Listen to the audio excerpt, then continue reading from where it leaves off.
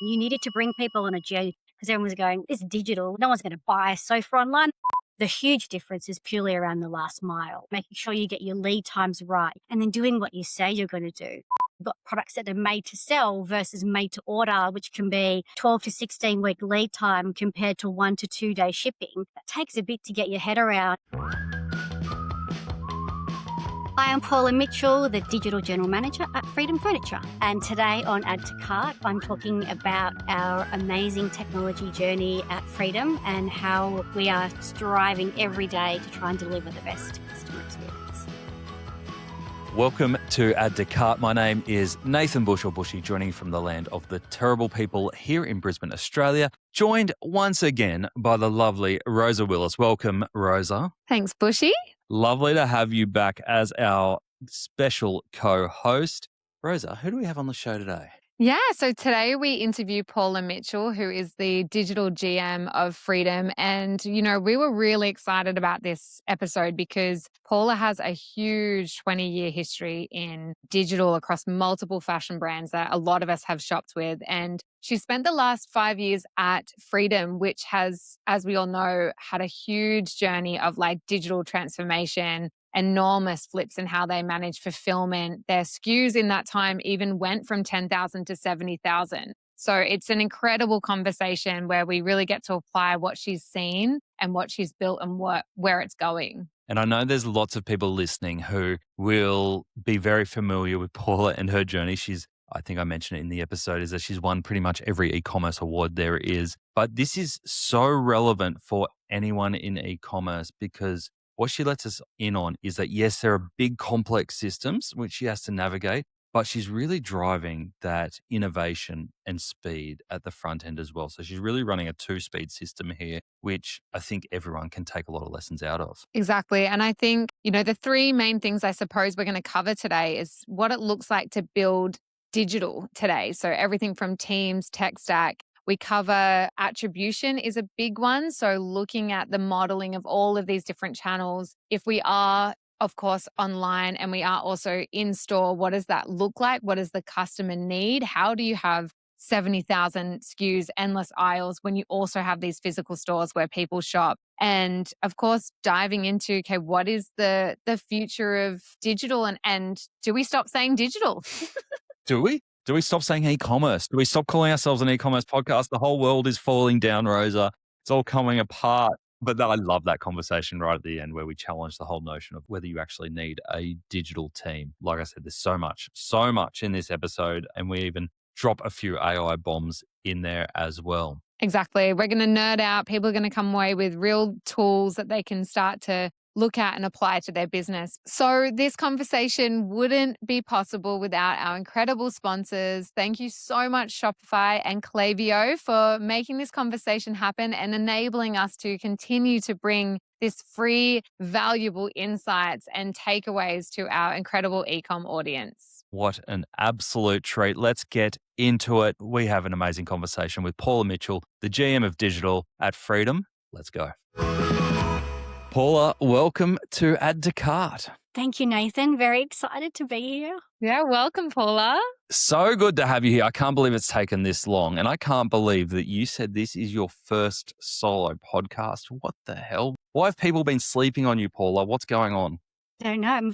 It's all about me, just, building the confidence to have valuable things to share with the community. I've been a long time listener of your podcast, so making sure that I can step up to the mark from your other guests that you've had on board over the years. I feel like you've just been doing the work. I feel like if your head's down, if you're not building your profile, you're doing the real work, I think. So we're actually lucky to pause and get some Paula inspo out of here. It's unreal. I mean, I've been blessed working in retail and digital for so long and working for some really cool brands. So, I've definitely had my head down for a number of years, just, ever-changing landscape of things that we do every day to keep us all entertained and busy. So I am lucky. I would love to explore that with you because anyone who's been in retail and e-com for a while now will know you, and mainly just from the awards that you and the team get. Like, you seem to be on stage every year collecting awards, which is a great credit to you. Tell me about your role at Freedom and what you're responsible for and what a kind of a typical day looks like for you.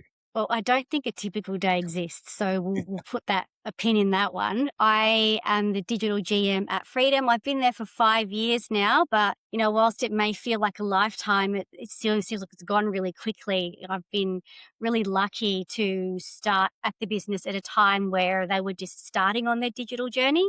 So it was like this bit of a blank canvas that I was able to work with and build a team. And I've always been passionate about digital retailing for as long as I can remember. So being able to come into Freedom with a super engaged, leadership team who was keen to kind of change the customer experience and provide more value to customers was great. So, having the buy-in made it really easy to break down brick walls, get projects signed off, bring different types of technology into the stack to improve the customer experience. So I've really been lucky being able to kind of run that race for the last 5 years. Can you give us an idea of like what did Freedom look like 5 years ago when you stepped into it in terms of like the digital landscape and ecosystem? Prior to me, they had kind of built a bespoke in-house built e-commerce platform off the back of the point of sale. It wasn't endless aisle. It wasn't fully integrated. Fulfillment was even manual. So I was a little bit lucky in that the project was halfway along its journey or three-quarters of the way along its journey before I joined.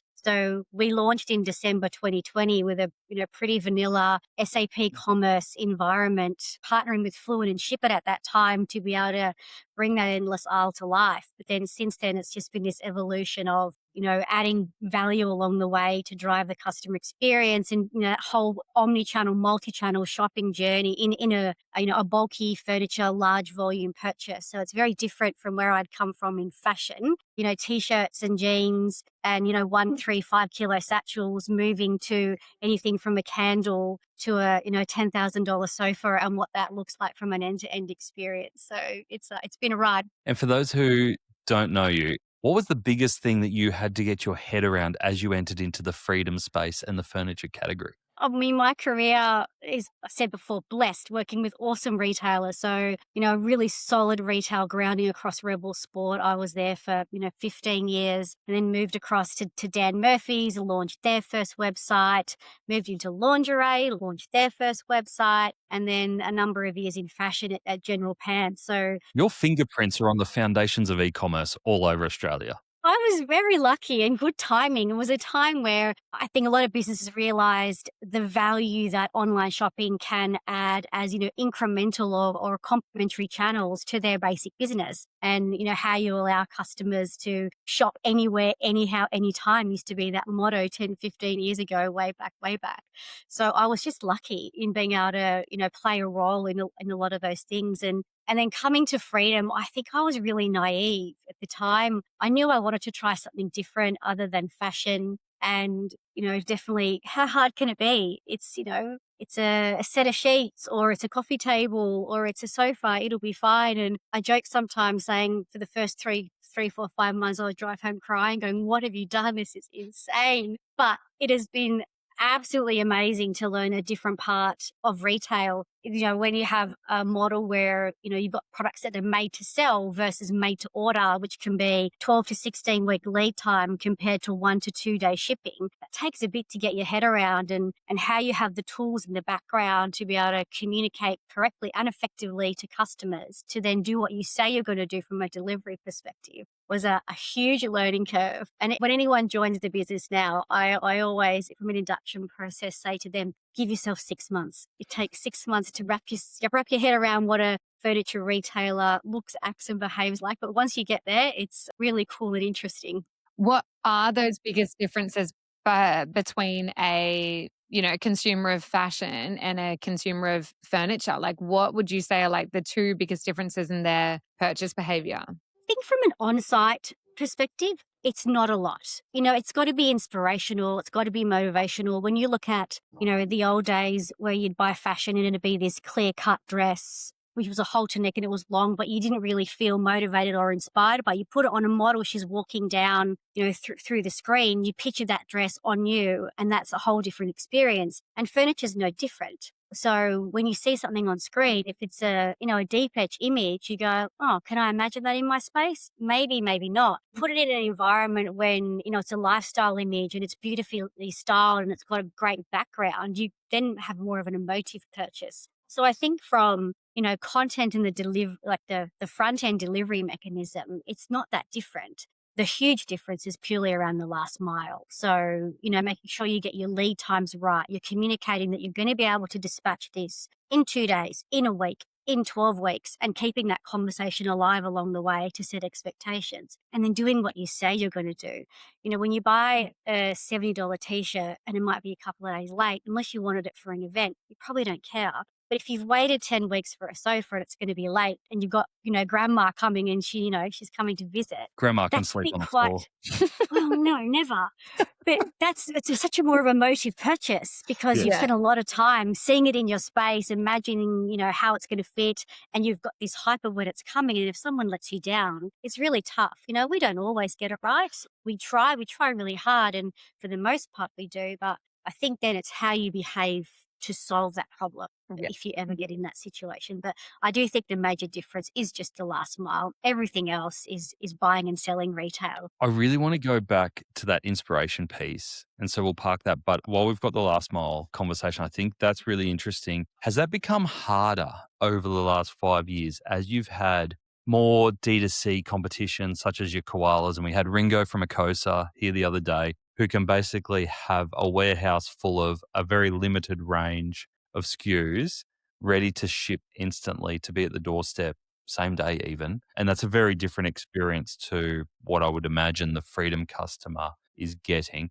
Has it been harder to manage those customer expectations with that competition? I don't think it's been harder from a competitor set perspective. I think it's harder from a service offering in the Australian landscape and the ability to do what you say you're going to do. And I'm sure we're going to unpack our dropship program through this call, but owning the last mile and making sure, I said before, you do what you say you're going to do is really, I think, all that matters. So it comes down, I guess, to the strength of your integration, the real-time nature of your integration to make sure that if you do sell out, whether it be in a vendor warehouse or within your store, that the customer is seeing that real-time kind of stock availability, number one, to know they can purchase with confidence. But then secondly, that whatever time frame you say you're going to deliver it in, you actually do that. There's been a lot of hype in the industry over the years around faster is better.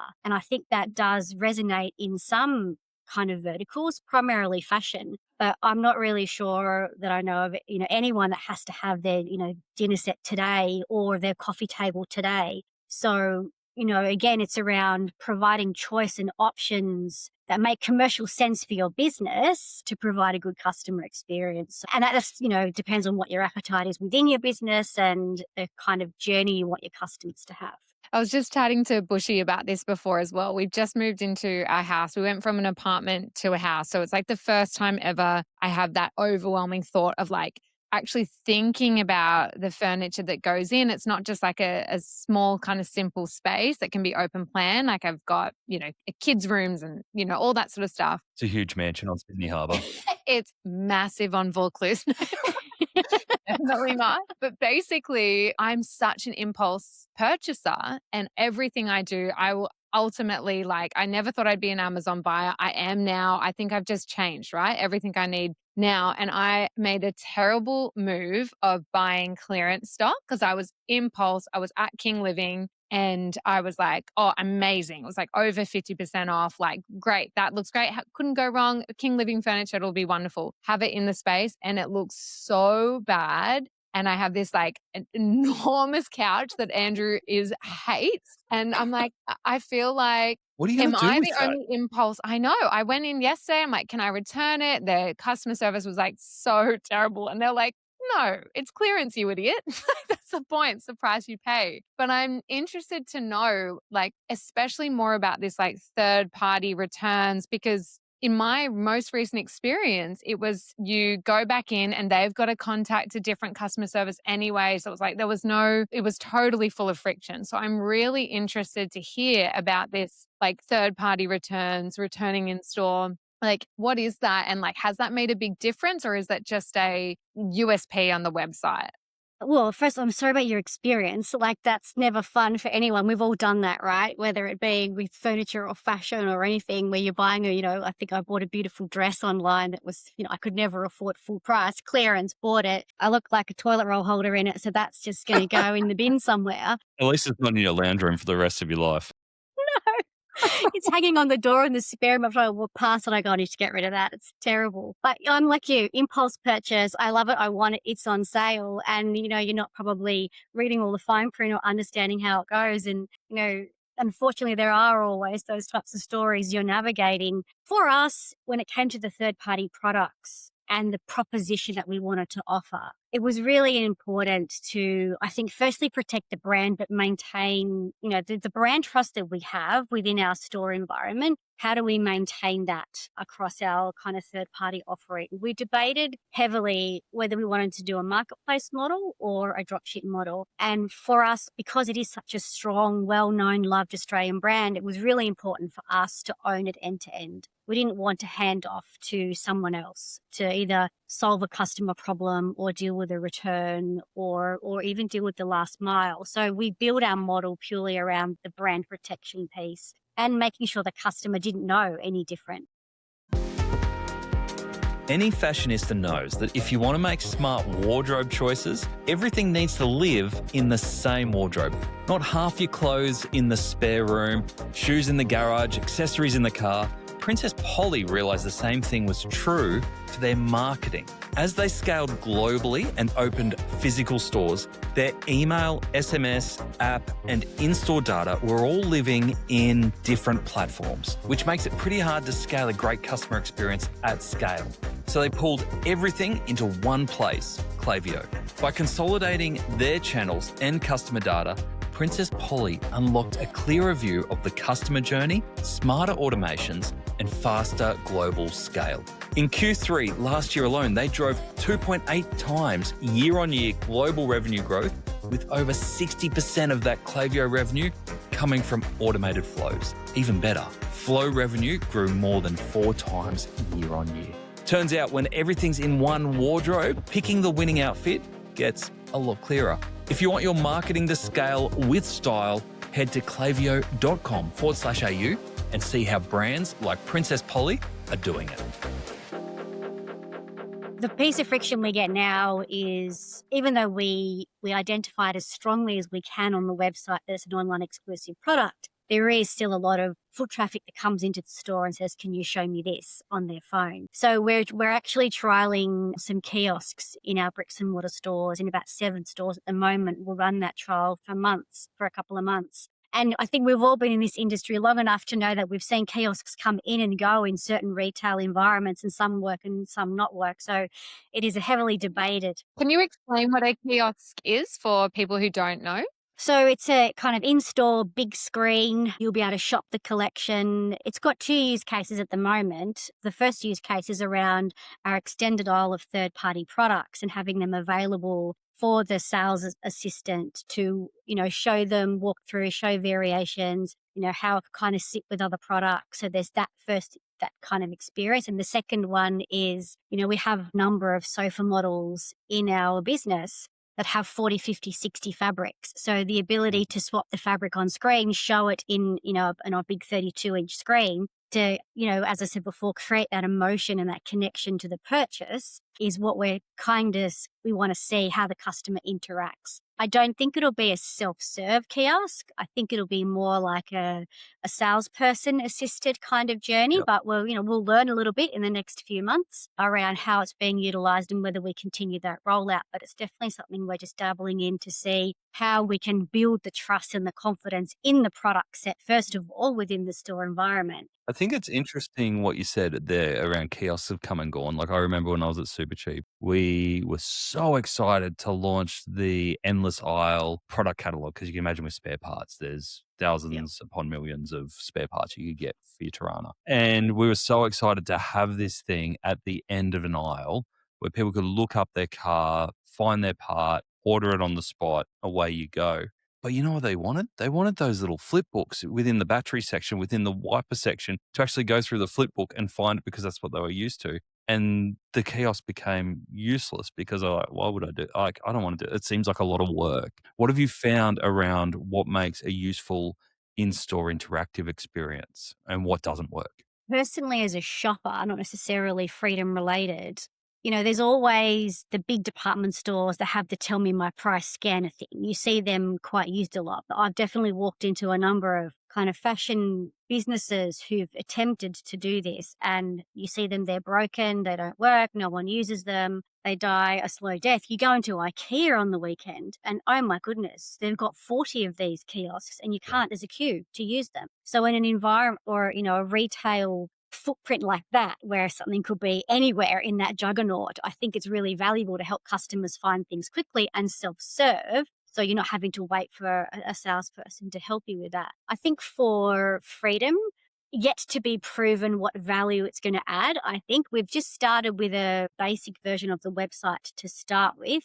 We've got a whole different user experience in the pipeline, a bit more Pinterest-esque and a bit more AI driven. Let us inspire you. So yes, there'll be two journeys. We're hoping. First journey is I know what I want. So I'm going to come in, I'm going to use the navigation. I'm going to use the search because I've been on the website. I understand what I want and I'm going to go down this path. Or I've just bought my Vaucluse mansion. I have this big, huge room. I need to fill it with all this furniture. Inspire me. So it'll take you down a little bit of a discovery path about, Rosa and what her space is like and what she likes. And is she a Hamptons vibe? Is she a dark and moody city urban kind of vibe? And as we find out a little bit more about you, the AI engine is going to start surfacing products within the right kind of image setting that will make you fall in love with it. Because there's a little bit of a theory, I guess, which will prove out is you could look at this tan leather sofa and you could see it in a dark, moody urban environment and you go, but I live in Vaucluse. I look at the beach every day. I'm not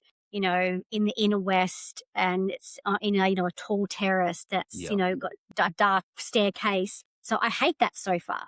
But you put it in front of a pool setting or a beach and the beautiful sunshine outside and you love that sofa. So part of our AI journey is around taking that sofa and putting it in, hundreds of different settings to find the right one that's going to inspire you. So that stage 2 of our UI will come. And then I think I'll be able to answer your question, Nathan, around how customers are using it. Are we inspiring them to buy more things or think outside the box? Or is it purely a functional tool where they come in? Because we know from all the statistics and the data, research online, buy in store, research in store, buy online, it's all a big spider web now of everything. There's no one path. So, and we'll see what journey this kiosk is going to play in that path, whether it's the start or the end or the middle. So maybe I'll come back in a year and tell you the answer to Or that maybe we'll get the question. answer to where Rosa's couch is at that point too. Maybe. But I guess to go back to Rose's question around returns in store, which is where we started, is, the decision to go down a third party product catalog. We had a couple of, I guess, reasons why we thought it would be successful for Freedom. So one, we're a retail environment. We pay rent. Stores don't have rubber walls. You can't fit everything inside a retail footprint. So this gives us the endless aisle capability to expand on, a catalog in umpteen ways of where we wanted to go. 2, we had brand trust. So we knew we wouldn't have, a huge customer acquisition cost to tell people about this kind of channel and what we were selling and what we were doing. And the third thing was we have stores. So we have this environment where a customer can come in and have a face-to-face conversation, which is around building trust. So we wanted to make sure, because we take our homewares for our 1P collection, like our first party Freedom products back into store, we didn't want it to be any different. So if a customer wanted to bring that, third party product back into the store, nothing pisses anyone off more than turning up into a store and the store saying, sorry, you've got to post that back to your online warehouse. Like, I think I wanted to murder anyone who said that to me over the last 20 years, and we weren't going to do that. So we wanted to offer the customer with the trust factor in the experience. So it's not just a USP. We actually do it. Is it perfect? Look, the process works. we get stock in store and then we need to kind of just move it through our channels, whether it be through our clearance section or sometimes it's brand new and we can just put it into stock and move it through. So, as the business scales and gets bigger, it's definitely something we'll have to keep an eye on just to make sure it doesn't get out of control. But right now it's just giving some, I guess, a little bit of an extra area in the clearance section where they're just kind of moving it through. And to my point earlier about making sure things make commercial sense is making sure we can not end up in any type of problem state by offering that service. You mentioned before around real-time data, and I'm keen to understand how that works because I could imagine that all of this is tied together by real-time data. By the time the customer places an order to the manufacturing process, if it needs manufacturing, or whether it's got stock in the warehouse locally or needs to be delivered, there's a lot of complexity here around different types of products and where they're stored and how they get to the end destination. How real time does real time data have to be when we're talking about inventory and location? And how do you make sure you do that? I think it's got to be as real time as you can get it. Or, you find yourself building buffers into things because, that comment before around customer frustration or friction, we've all had it happen to us where you bought something online, you get the email 2 days later saying, sorry, we've bounced it around stores, can't find someone to fulfill it for you, here's your refund. And you go, well, that's just a pain in the butt. And now I've got to go and find somewhere else to buy it from. So, the goal is definitely to make sure that never happens. It'll never be never. Because we're fulfilling some of our homewares products out of our store environment, that stock moves. So you've got to be careful. So, having that connected environment to make sure that it's as close to real time as possible is, it's nothing new to anybody. It's key. It's not And we're easy though, lucky. is it? No, and Like it it's sounds not. easy on the background when you've just been working in a Shopify environment and everything's in one spot. It's great, but as soon as you start going multi-warehouse, multi-store, it gets complicated and data lags because it's going through multiple systems and multiple checks, right? Yeah. Well, we have now, 50 stores, 6 DCs, which are Freedom DCs, and 160 third-party vendors. So you're 100% right, is how you bring all that together. And, luckily for us, we've partnered with people who have kind of nailed this space in regards to Miracle from a third-party perspective and Fluent from an OMS perspective. So you can bring your kind of full catalog in once a day, and then those systems are maintaining the real-time accuracy as you go, and even taking deltas if you need to. Because the flip side of that is having it all to be real-time API driven, which, some parts of it are. You can then get a bit of a drag on your processes and your systems and your site speed, because then how do you balance making sure you're loading the PDP super quick with all that right information that's accurate without waiting for everything to kind of connect and talk to each other. So huge balance, ongoing challenge. And all we do is monitor it and just, do the best that we can. When it comes to advertising, is Freedom advertising like digitally, like inspiration? Like, look at our incredible range of furniture. Does Freedom advertise on specific things that it thinks that user or that person is looking for? Like, for example, I'm in the market for furniture. Am I getting like come and be inspired by Freedom ads, or am I getting like direct to catalog items ads? And what works better in your experience? I think you have to have both because you don't know where that customer is, sitting in the funnel. So by the sounds of it, you've moved into a new home, you're probably lower in the funnel, you're kind of ready to buy, you know what pieces you want. Whereas, Nathan might not know that he wants something yet, but we want to make sure that when that time comes, he's got Freedom top of mind. So Actually, this couch is a Freedom couch. You've been in all our episodes. There you go. just need to get a little logo in the back for you on That's there. right. Little sponsorship. I need a second couch. Sometimes I have friends. Family and Friends is coming up. It's coming up. I'll Okay. send you the link. I love So it. Love it. you can be a part of that. So I think, the answer to your question, Rosa, is everything. We're doing all of those things. And, complementing that is we buy certain products for certain times of the year that we think the consumer's going to respond to. So we want to make sure we've got those in market as well, so we don't end up with the stock and, we can sell what we've kind of purchased. So our funnel is multi-layered and, I guess multi-audience driven. There's always the brand piece that we're trying to keep top of mind, which is that inspirational imagery or this new product that's dropped. And, look how cool it is. through summer, we were doing a whole bunch of outdoor advertising that was kind of AI driven that we were able to, pump out at scale versus you get a little bit lower down the funnel when, a lot of the social platforms now and Google are all AI driven and they've got all the intent signals you need. So again, the only restriction we have is having the creative to make sure that whatever it is that you're showing intent for at that point in time, we're giving you that creative that's, going to get you even further down the funnel to buy. So it's all of those things and making sure you've got all the content to support it. In our conversations, you mentioned AI in there. In our conversations, I'm not sure if this is still true or if it's even bigger. You mentioned that you do 30 ad variations per campaign using AI. Can you talk us through that process of how you're using AI to create the different variations and how big those variations are? Yeah, well, I think that was an absolute game changer for us when we built the confidence to have a real crack at what that could look like. So it just basically turned everything, turned the platforms into scalable growth levers, I guess is the best to describe it. It gave us all this capability to test so many ideas without needing more budget to produce content or more resources to be able to do it. Like the team size is the same. But what it's given us the capability to do is just to explore this broader creative set.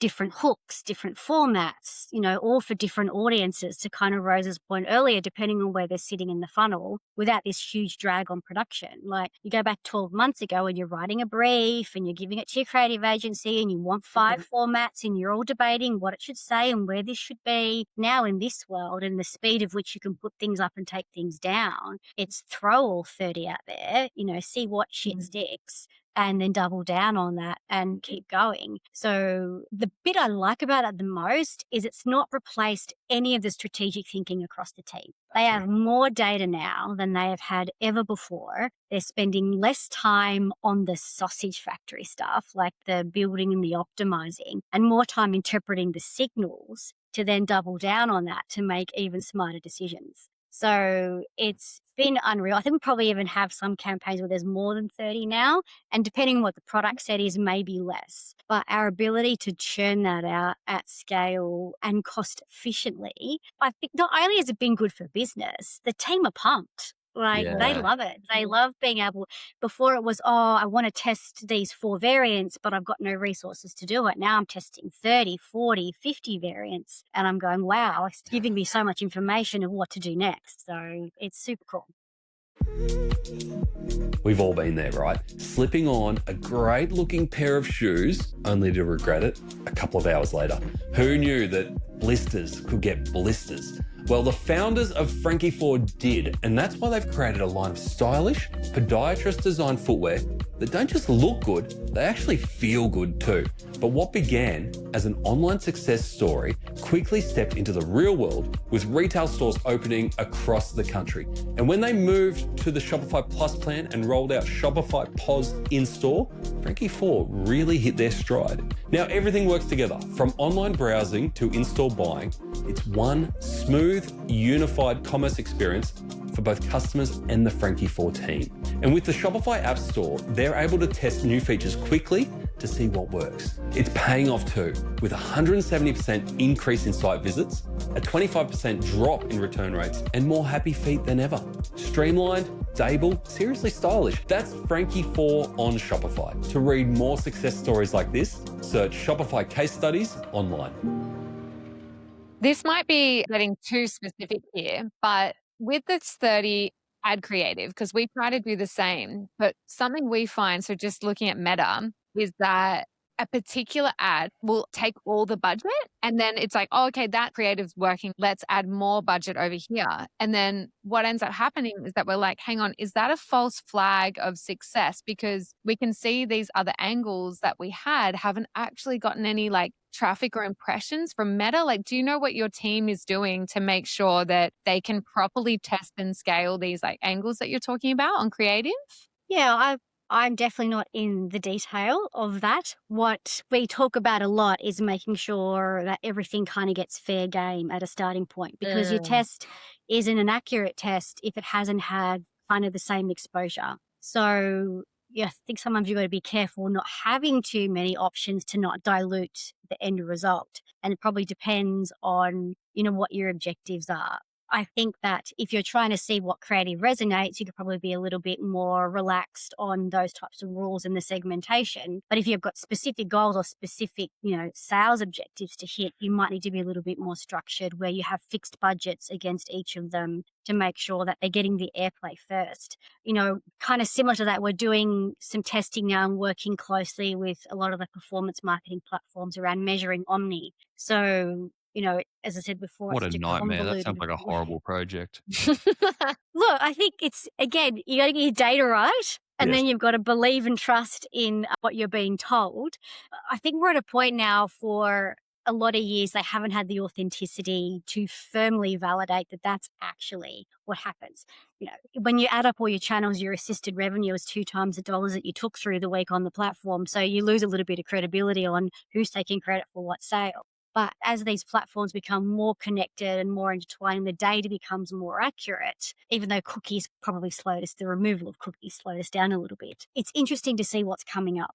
But again, having the right creative ready for those platforms and how you do those omni tests versus the, specific sales driving tests has been easier to implement, I think, with the AI side of things and the kind of creative scale. It would be remiss of me not to ask, and I can imagine people in their cars going, you've got to ask the question around the tools that you're using for both the AI variations for ads and also any tools that you're using for attribution for sales, especially across omnichannel. Are there any tools that you want to call out that are helping you accelerate that movement? I mean, we're not doing, I don't think, anything that anyone else is doing. So your standard, we're using, ChatGPT a lot for content and written content. We've got Nano Banana and a couple of other tools that we're using for, kind of video and motion. And I guess then that's kind of feeding into the platforms. From a attribution, everyone's been struggling with GA4. I think that's not news to anyone. That's giving you one kind of component of your data. And then, from a CRM perspective, and we're giving the platforms the data they need to be able to measure, they're giving us back their results. And the next phase for us is that how do we bring that data internally to be able to self-validate rather than believing kind of what they're saying. We are partnered with Impact about a year ago because a part of their tool allows you to see the multiple touch points. So, the old days around affiliates just steals the last click of all the sales. So, where should you kind of form your budget? And if we're the old school methodology, if you base it on last click, you'd never spend a cent in social. But we all know that's not true, right? But this tool is now giving us a little bit of visibility around where the publishers or the creators, what role they're playing in that journey, and then what other channels are kind of feeding into it. So, something that's a one-touch affiliate, then we should be commissioning that sale a little bit higher than something that might have had 3 or 4 touches across performance marketing channels. Then they come through the affiliate program at the last. Or did the affiliate drive the first click and maybe the last click, but there was all stuff that happened in the middle. So, side note is we're playing a whole bunch around dynamic commissioning and how we structure and validate that per publisher and the actual weight they had on their role of that transaction. So again, all learning, all understanding, still understanding the data and discovery. We definitely haven't nailed it, but it's really interesting because it's not kind of what you expect it to be. Affiliates isn't always the last. They do have some really great publisher sites that we've got to also be mindful of and how we build that into the attribution piece as well. We've also recently implemented MMM, so mixed media modeling across the business from a brand marketing and a performance marketing perspective. What does that mean, Paula? What's mixed media modeling? So we're able to, every month we refresh the data and we're putting in all of our channel data across our above the line channels, outdoor, radio, TV, as well as all our digital performance channels, all the social channels plus Google and affiliates. And then, its algorithms and LLMs behind the scene give you a view of when you increase or decrease certain channels, what impact it's going to have on revenue at certain periods of time. So if you want to be blown away and be drowned in data, but really cool data, it's been an eye-opener for the business to see what we think is working might not be working. there's been chatter forever about TV being dead and, no one's watching TV anymore. But the screens model has changed now. It's not just TV. It's all your BVOD and your SVOD and everything that goes with it. It's just different kind of platforms, I guess, people are consuming TV on than what they're used to.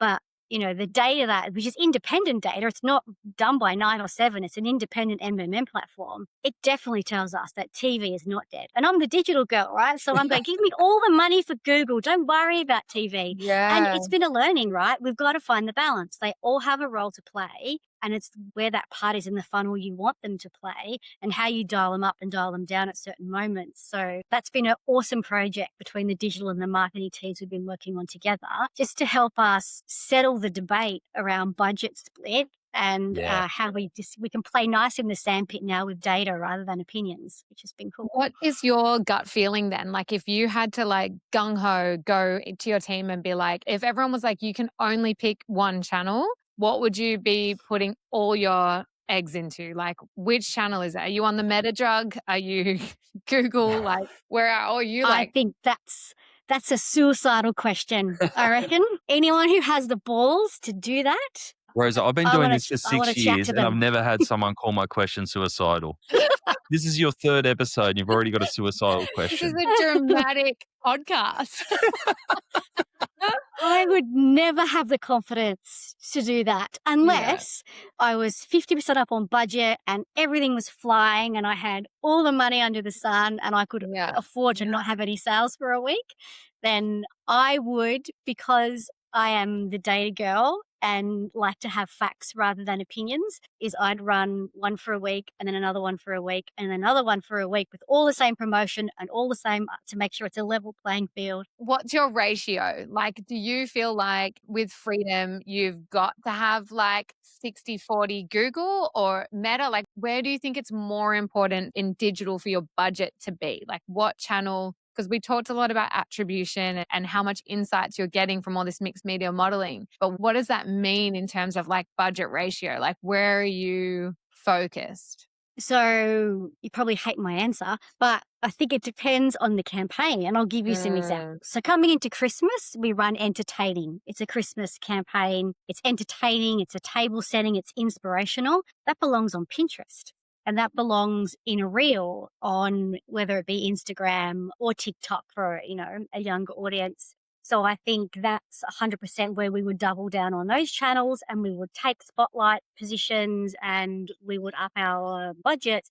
And we're going to play in the upper funnel because we want to inspire people. But then when we're in flash sale mode or Black Friday mode, it's a majority in Google. When we're at the 11th hour and we're running a close and it closes in 12 hours, I'm double downing on, Google where people's intent signals are high, or even from a meta platform perspective where we've seen that intent signal and we know they're already in the funnel, then we're doubling down there. So I think it depends always on your objectives and what you're trying to do. I love that because that definitely means like, I'm like, I want the quick fix. And I think the answer is like the true players are like looking at it campaign by campaign. They're not looking at like it as an overall brand digital strategy, which I think is the answer. And that's why I am where I am and you are where you are. You get to play in all the data and have all the fun. Exactly. Paula, I know you are really passionate around building capability in your team, and you've already mentioned your team so many times in our conversation. Tell me around in an environment like Freedom, where it's a big business and you're doing some really cool things in digital, but as we've heard, a lot of it is behind the scenes in getting the foundations and the customer experience right. It's not always the flashy stuff, even though you've got a beautiful website. It's not always the flashy stuff. How do you keep your team motivated and inspired? Well, I think that the first step in that is building the right team and hiring the right people. I think recruitment is probably one of my least favorite tasks that I do in my role, but the most rewarding when you find the right people. And I think if I've learned anything over my time is if you find the right people, you can teach them anything. So I do naturally lean towards hiring for culture and people, I guess, who, they've got to love online shopping or retail in general. So that's number one, that you've got a passion for it. Because one of my other crazy sayings is people who work in retail are crazy or a little bit different to everybody else. It's our new tagline for the show. Crazy retail. Yeah, absolutely. So finding that person who can run, who can say yes, who can build relationships, I think is key, because it's all about that. It's all about communication, creating relationships and empowering people. So if you find the right people who are hungry to learn and they take their 6 months to settle into the freedom psychotic environment and you work out the landscape, then how you build relationships within your team and cross-functionally to deliver these objectives becomes the next most important thing. How do you balance finding someone who is hungry and that really loves what they do and really want to make a difference versus also needing the patience? Like you mentioned at the start, you kind of need 6 months to settle in, understand the business model, understand the levers. How do you balance someone having both the hunger and the patience? Oh, I think it's, when you've got 1, 2, 3 hours worth of interviewing, you don't have a big window to try and assess that capability. So asking the questions or being open. I don't sit in an interview and say to people, you're going to come into a new realm with unicorns and rainbows and you're going to love it. It's unpacking the friction points, the challenges, the opportunity, what the inspiring parts are. And yes, for an old school retailer, we've got some systems that have been in our business for 15 years that we have to navigate. So you've got to come in, seek to understand, work out why we do things the way we do them, put that in your little black book.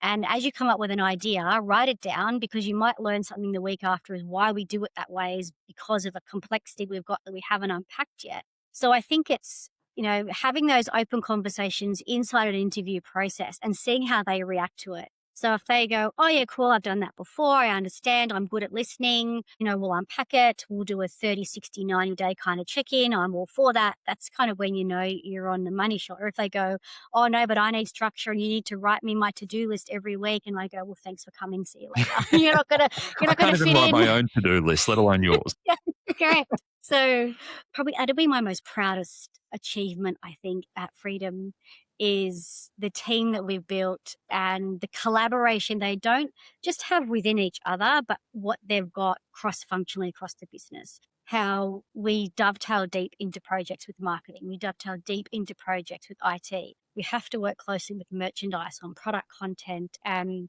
our Celindo kind of rendered images. So we are a little bit and we're a bit unique. I think a lot of other retailers now have moved those functions into those departments, and the digital team in a lot of places isn't necessarily standalone anymore because it's BAU. But because we've been on this huge growth trajectory, we still kind of sit a little bit siloed, but we talk a lot about having two teams and they all work in, and across and build those relationships. And I think when someone can come into the business and take ownership over a function and they own it from incubation to delivery and they see the results, the rest just flows. So I'm super lucky that they just go. My day-to-day involvement now is more around question and answer rather than doing, because they just get it and they just go for it. So Congratulations, you've made it. You've made it. That is the dream. I'm taking them with me everywhere I go. I'm wrapping my arms around them and they're coming with me. Buy Paula, you get a team. I Yeah, love that's that. right. How good is that? I come equipped. What is the team like, just for people listening who are looking at Freedom as like the pinnacle of, digital and digital innovation and leadership? Who's in that team? Like, not personal names, but what roles are there? Like, and how big is your team? Because I'm listening thinking, oh, you could either have a gun team of like 5, or maybe this is like a team of 30. Like, who's in that team? How big is the team and what are they doing? So when we were incubating this platform 5 years ago, it was at a time where the business was working on a connected OMS project for our made-to-order product. So the IT team were off limits. They were deep in the hole of solving problems and getting that up and running. So we built our own kind of siloed stack, and the team became a little bit internally functional, where we did lots of elements that, might not necessarily sit inside this environment. For example, I have 3 technical people who in a lot of businesses would sit in an IT environment. So I've got a product manager, a BA, and a solutions, a system architect, where, I'm lucky to have those guys. And we work with offshore kind of developers to help us, even 5 years down the track, our sprint plan is still huge and full and lots of optimizations just to continually improve that customer experience. So that's kind of, but it allows us to move super fast and get things out the door quickly. So that's a little bit of a luxury, I'll say. We've got 2 to 3 in the digital marketing space. So digital marketing and brand marketing, which sits in the marketing team, work super closely and connected together. And it was a little bit of a legacy, I think, as to why kind of performance marketing sat in digital. We acknowledge that as a business. And the brand marketers and the performance marketers spend more time together than anybody else. So whilst they're structurally sitting in a digital team, they really are kind of a marketing resource. But they're the 3 people who are managing all of these channels and all of the content around what we're doing for the whole funnel, pretty much everything from the brand all the way down to the conversion stuff. And then we have our content team, where when we had 10,000 SKUs, we had 2 people. And now we have probably 70,000 SKUs with the addition of dropship. And we have 4 and a couple of offshore resources, but AI has enabled us to deliver a lot of that content at scale and not have to add on, 2 heads per 10,000 SKUs, because it is a big catalog. So not only, I guess, AI from a content production perspective, but also Coveo from a platform, AI integration onto the website, taking manual merchandising away. All of those little things have helped us to be able to scale at pace. And then we have one for fulfillment who looks after the stores. So again, that's more like a retail resource, just helping make sure that the stores are getting things out the door, supporting them with couriers and managing the last mile. And there's a dropship fulfillment resource as well that deals with carriers and vendors. So I think we're about 12 people, some offshore. So you only need a team of 12 in digital to manage 70,000 views. Like, that's pretty inspiring for anyone listening, thinking like, oh, you need to have this like massive team of like 30 people. Like, it's just not the case. 70,000 products and a team of 12. That's like, what are we doing? Pull your socks up, everyone. Well, I think too it does. Every business is kind of structured a little bit differently. Like, we're lucky that our role as a digital team is to make things customer facing and customer friendly. So there are people behind the scenes, very important people from our merchandise team and our dropship team that work with our vendors and our factories to give us all the information. And then we just make it look pretty, really, and customer friendly. So, there is, sometimes we get feedback that we're a big team. Other times we get feedback that we're a small team based on what we're doing. But I do think it depends on how you're interacting with your wider office and your partners along the way. I've got a controversial, well, maybe it's not, opinion when it comes to digital teams. And your structure is absolutely makes sense. I'm working with another business at the moment, which is exactly the same structure, a mixture of marketing, tech, content, and merch all together under one digital team. I just wish we could get rid of the word digital team. Because if I listen to what you're saying, I'm like, you're doing marketing. But our marketing teams, once you get into enterprise and large businesses, there are marketing teams that call themselves brand teams. I'm like, it's all fucking marketing. If you're a marketer and you're not good at digital, you're not a marketer. So true. And in IT, if you can't understand the front end experience as well as the back end, you're not truly in IT and data and delivery. And then I think content in most retailers need their own team now because there is such a beast from both a product perspective and inspiration, like you said, but also just generating UGC and everything else. Like, content is its own asset category within retail now. And I think it's going to take a long time for that to develop. But do you feel like just the word digital is a bit of a legacy item?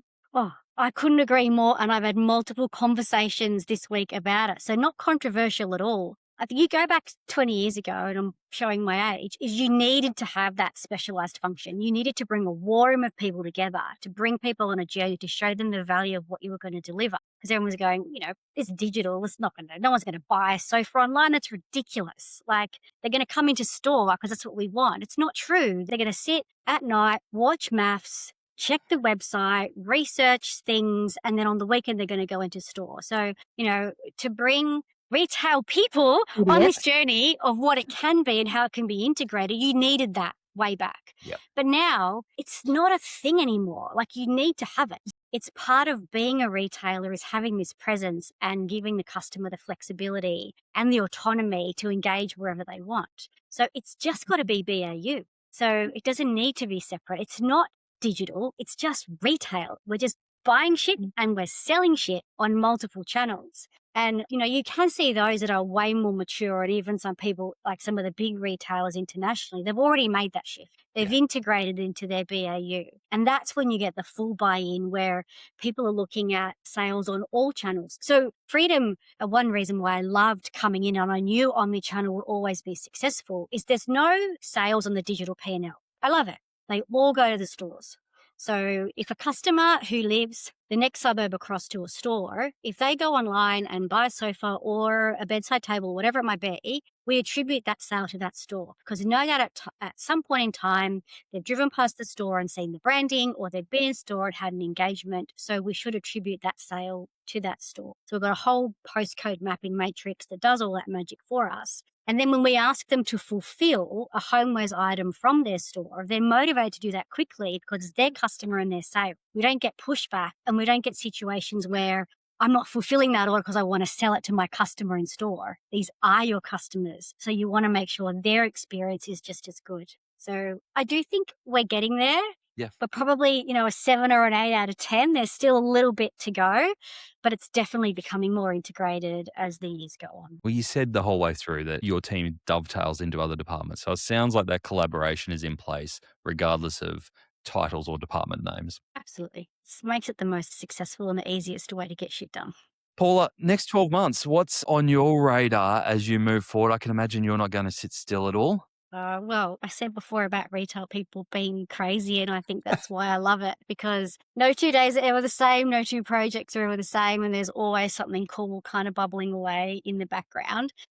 People think that once you deliver your 12-month roadmap, you're done and you're going to sit there and have cheese and bickies all day. But there's the next roadmap coming down the line with all the new cool tech that's coming in, or the new ideas for customer experience as to, how we bring that to life. So next 12 months, I think that we feel pretty comfy now that we've got a really solid, world-class technology stack at our fingertips. So we've spent the last 5 years putting all those jigsaw pieces together to make sure that whatever we want to deliver, we can. So putting Adyen and Coveo in the last 12 months was probably the icing on the cake there, just to be able to make sure that we can move at scale and provide options and smooth out the customer service process. So now we're into the 1%ers. So we've got Content Square, which is lucky. So using that to analyze the customer interaction by page, by element, what we should keep, what we should move, what we should enhance, what we should change is one of the things at the top of my list. I'm really keen to see where this kiosk trial goes. I think it will either fall flat or it's something we want to scale quickly at pace, because we'll get a lot of interaction and we'll see, the 2 metrics are 1, engagement, and 2, revenue. So we'll keep an eye on those, and I'd like to see them do well so we can kind of continue that rollout and enhance that experience. I'm really keen to see how we can take our immersive website experience and integrate it more heavily into our retail checkout environment. So we haven't got there yet where we don't have iPads in stores. Well, you've got to still come to a till in our environment to check out. So how do we take the web with a little bit of a different UI and allow a interior decorator or a salesperson to sit on the sofa with you and browse and create that stronger, more trusted connection? So I really want to get moving on what that could look like to improve the customer experience. And then we have 10 stores in New Zealand. We don't have dropship, our third-party program, available in New Zealand yet. So how we can open that up a little bit. Is there internet in New Zealand? No, Rosa, we're trying to grow our audience. You're killing me. I'm half Kiwi, I promise. So am I. So it's okay. If you're from New Zealand, you're allowed to pick on them. Yeah. So we've got 10 really amazing stores over there that do the brand justice. We haven't launched dropship over there. They don't have as many local vendors over there. So there's a bit of a discussion around that. But the international fulfillment model that we've been working on might allow us to get into that market from a different angle. And also, what could we ship from Australia across to New Zealand that makes commercial sense, just to, widen the product set that's available over there. So they're the big ones. But, the roadmap's got thousands of things on it we pick and choose from. Paula, thank you so much for just like your wisdom and just letting this conversation flow in so many different directions. I feel like, a really big takeaway for myself and our listeners is just like, okay, if you have that pillar of trust and then know how you can lean into that with this omnichannel experience, think about using AI from an inspirational perspective and a personalization perspective, not just AI for AI's sake. And as well, just like rounding that all out with just like having fun and thinking about like just the customer experience and what brings delight to them. I think it's been like a really beneficial conversation. And yeah, for me, I'm just going to be thinking about last mile in my sleep tonight. Just like, am I even looking at that? And couch regret. Impulse shopping, regret. Paul, I've got to ask you one question. That was a beautiful wrap up, Rosa. As you're talking about inspiration, I could just imagine like you must get pitched every day. I've got this great augmented reality thing that'll allow people to see how their couch looks in their living room. You must get like that every second day. I mean, we do get hit up a lot. And I mean, it's funny that you picked augmented reality to use that as your example because we actually just decommissioned that feature off our website because it doesn't resonate. So we were able to see from the data that that particular function would get a little bit of, it didn't get any interaction to start with. So we were able to move it around on the page to get it to get more interaction. But it wasn't converting. So we've made the decision to sacrifice that bit of functionality, but move into more of a configurator option. So later drag and drop bits to build your own sofa. So it comes back to, yes, retailers, yes, buying and selling, being commercially sensible and picking the right tools and technology that are either better for customer or better for business or smarter options. So, I mean, I think that's, again, the difference from so many years ago is there are thousands of technology platforms out there and options and opportunities. And picking the right ones for your business is not easy. So, that's why I love a lot of the events that we have in our industry because you get to go and see what's happening and what's new and what's cool. And at least being across them, they might not be fit for your business right now, but they might be fit for your business next month, next year, or if you move businesses, then you could look at it. So I always love hearing about them. They don't always make sense for a furniture retailer or kind of in our roadmap at this point in time, but definitely love having the conversations to learn about them. Paula, thank you so much for joining us on Add to Cart. Well, it's been great. Thanks for making me feel comfortable. It's been a good conversation. We loved it. Thanks, Paula. You're the best. Thank you. There we go. The great Paula Mitchell. We're very privileged to have her join us on the podcast. I still can't believe it's her first podcast. Rosa, out of that conversation, apart from admitting to the world that you're the world's worst couch buyer, what did you get out of the conversation with Paula? I think really genuinely what I took away from it was just thinking about AI and personalization. So really they are thinking about, okay, let's not just style our product pages with like beautiful imagery because we might put off where someone else is in their life or their area. So like they're really thinking about using AI to personalize the shopper's experience to not disqualify them. I also took away from how you approach your digital campaigns. So not just having this as a standard brush of how we treat our digital marketing or our campaigns as a brand, like looking at it campaign by campaign, which I think a lot of us don't do. We don't look at it campaign and end goal. So I think, yeah, obviously she's a gun at segmenting not just her audience, but also just their objectives as a business. I was really pressing her on that when she was talking about AI and all the different variations, the 30 plus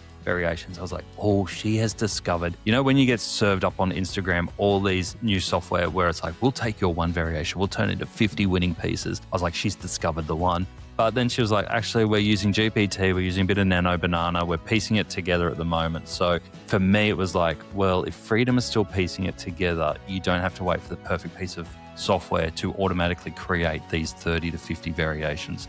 Just get in there and create them quickly. Yeah, Paula's just feeding the beast. She's just like, there's the meta beast and she's just feeding it all this content and letting it decide, which I think is the right strategy. It's what you need to do. I also think it's the test, learn, scale, which comes off of that, Bushy, is really interesting, even not just in digital. Far out. Why am I saying digital so much? But also... I'm going to kick you out of our team if you keep calling yourself digital. But analog. What's happening in the analog stores?